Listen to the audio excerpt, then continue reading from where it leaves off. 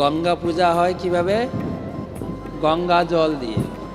এই উদাহরণের মাধ্যমে বোঝানো হচ্ছে আমরা ওই যে ভগবানের পূজা করব ওই গঙ্গা জলের মতোই, কিন্তু ভগবান আমাকে দিয়েছেন সেই দিয়ে ভগবানের পূজা করব। ভগবান আমাকে দিয়েছেন না আমি পেয়েছি, কোনটা? একজন রাজা ছিল, ও দান করছে, যখনই দান করছে মাথা নত হয়ে যাচ্ছে। তাকে জিজ্ঞাসা করলো, রাজা এরকম করছেন কেন?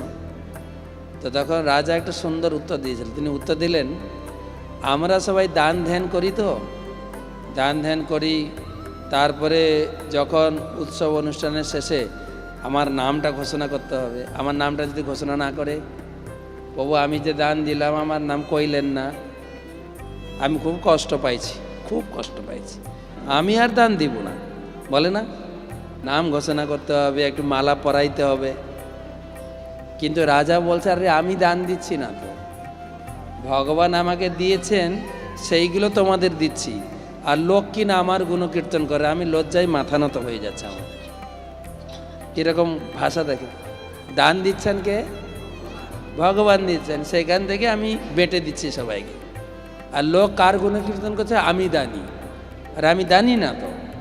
সেই জন্য আমার এই অপবাদ, আমার নামে সব দানি দানি বলছে, ছি, আমার লজ্জায় মাথাটা নত হয়ে যাচ্ছে। এরকম অনুভব করা হয়, তবে না দান করতে পারবেন, তাই না? আমরা এই জগতে এসছি যখন, কিছুই নিয়ে আসি, তা সবসময় অনুভব করা উচিত বাড়িতে যা আছে, যা ভগবান আমাকে দিয়েছেন সেইটা দিয়ে ভালো করে ভগবানের পূজা করব, ভগবানের ভক্তদের সেবা করব, যতটুকু আমার ক্ষমতা ভগবান যা দিয়েছেন, সেখানে অহংকার আসবে না। সেই জন্য এই উদাহরণ প্রভুপাদ দিয়েছেন, গঙ্গা জলে গঙ্গা পূজা। আমার দেহটাও ভগবান দিয়েছে, আমার ঘর বাড়ি, আমার সংসার, আমার পরিবার, সব সব ভগবান দিয়েছেন। ভগবানই হচ্ছেন মূল দাতা, ভগবান আমাকে বাঁচিয়ে রেখেছেন। আর আমরা ভক্তি করি বা না করি, আমরা এটা স্বীকার করি, কিন্তু রাখে হরি মারে গে, মারে হরি রাখে হরি মারে গে। এই সিদ্ধান্তে যদি আমরা সরলভাবে ভগবানকে স্বীকার করে নিই এবং ভগবানের পুজো করি, আমরা ভগবানের পুজো করছি, ভগবানের নাম জপ করছি, সারা জীবন আমরা নিরামিষ ভগবানের প্রসাদ পাচ্ছি, আমার বিশ্বাসটা বর্ধিত হতে হবে।